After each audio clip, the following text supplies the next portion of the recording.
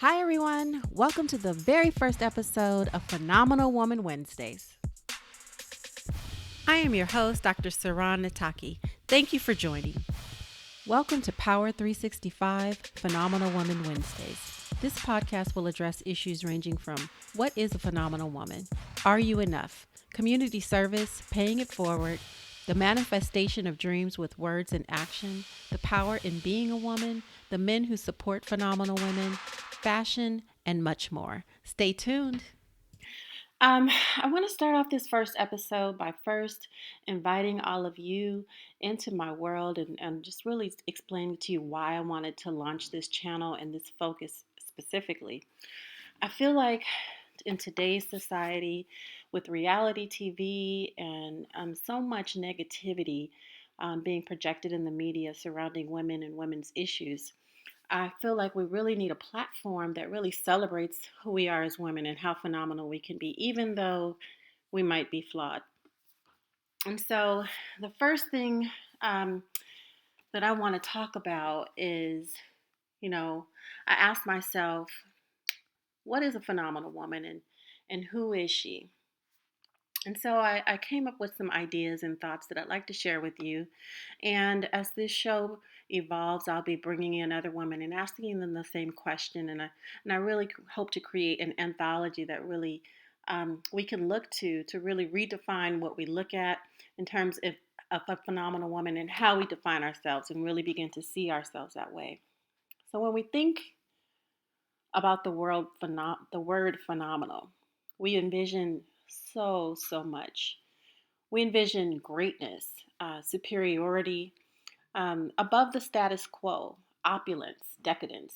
Simply put, we envision the bomb.com. So I invite you for a moment to think of a woman and ask you, what do you see when you think of her? You probably see or relate to her as your mother, an aunt, a teacher, a pastor, a friend.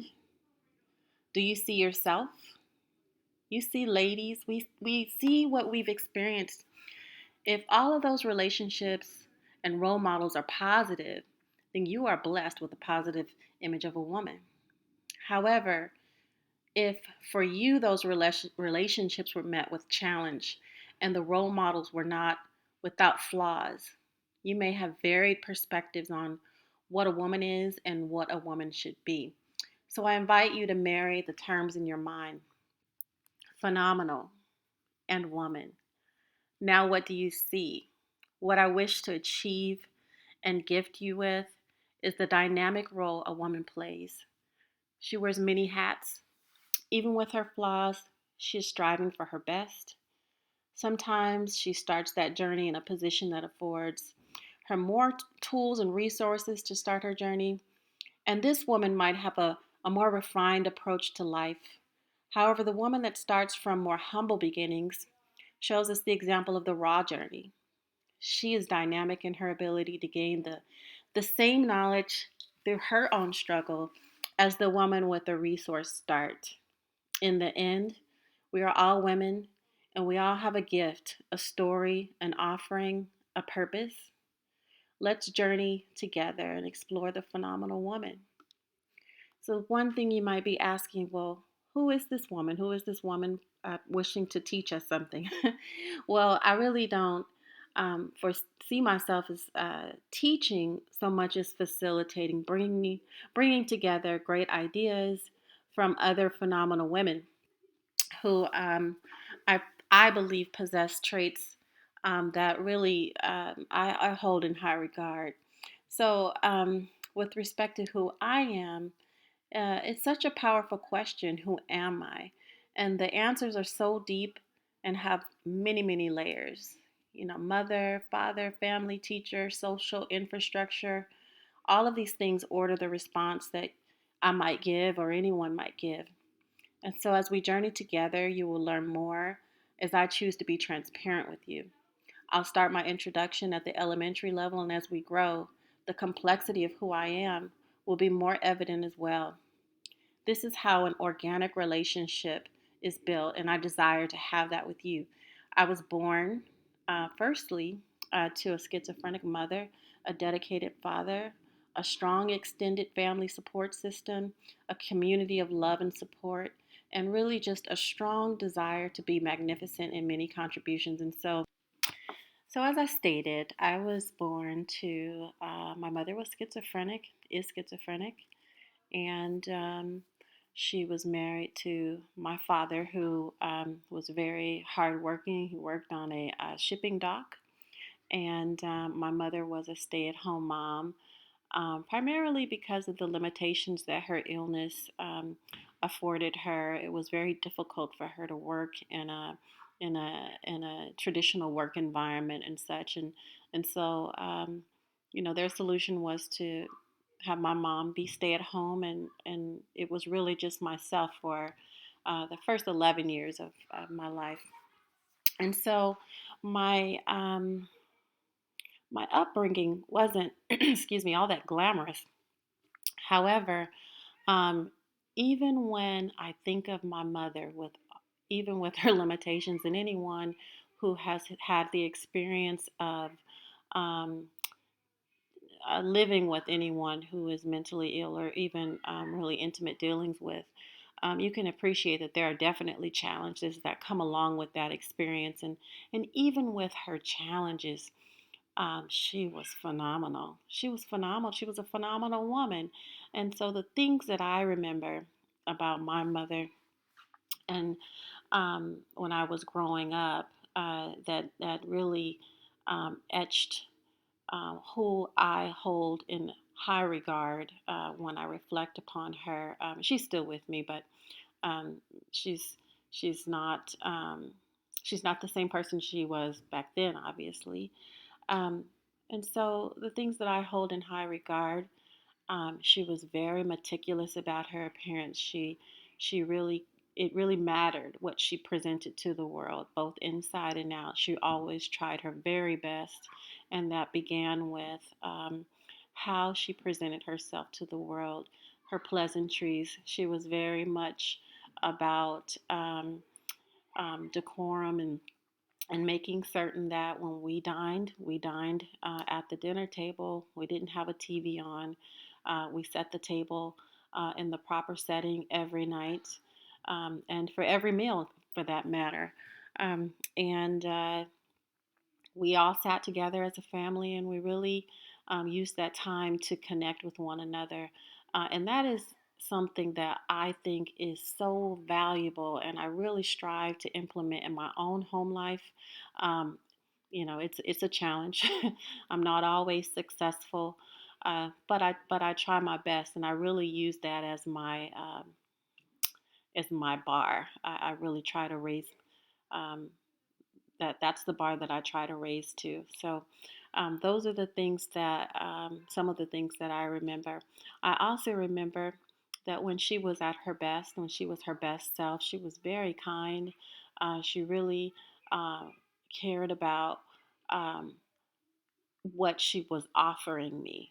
We made everything from scratch. She was an excellent cook. We baked.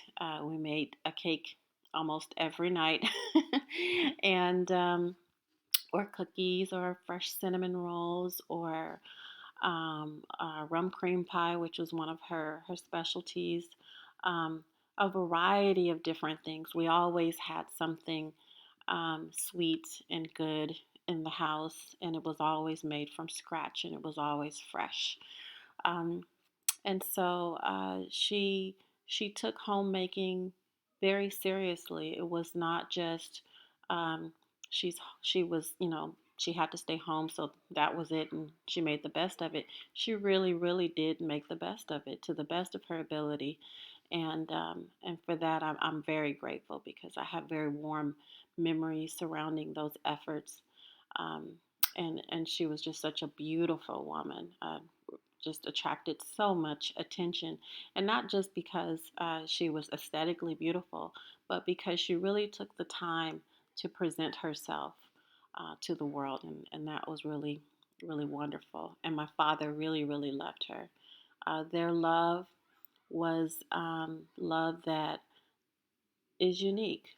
it really was unconditional. He loved her despite her flaws, even when she wasn't her best self, which was unfortunately quite a bit at various points in time. And through that exchange, I learned what it meant to really sacrifice, really compromise, really sacrifice even when there is no compromise, and doing it because you really, really have a commitment and love for the marriage and for the family unit. I learned that that's such a valuable lesson, and one that is difficult to teach. It can only be taught through demonstration. And so I was very blessed with that. And with that blessing, it's not a perfect, I think that we really have this idea of perfection, what we see on TV, that everyone's getting along so great and there's not really a challenge, or, someone comes home with a bad grade and they all work it out and come together and rally and they fix it, and that's kind of how it is. But that's not real life. Real life is disagreements. Real life is periods of challenge that are very difficult to overcome. And even though they're difficult, you stick together and you see them through. You see them through no matter what, and you believe that it is the best thing. That's real life.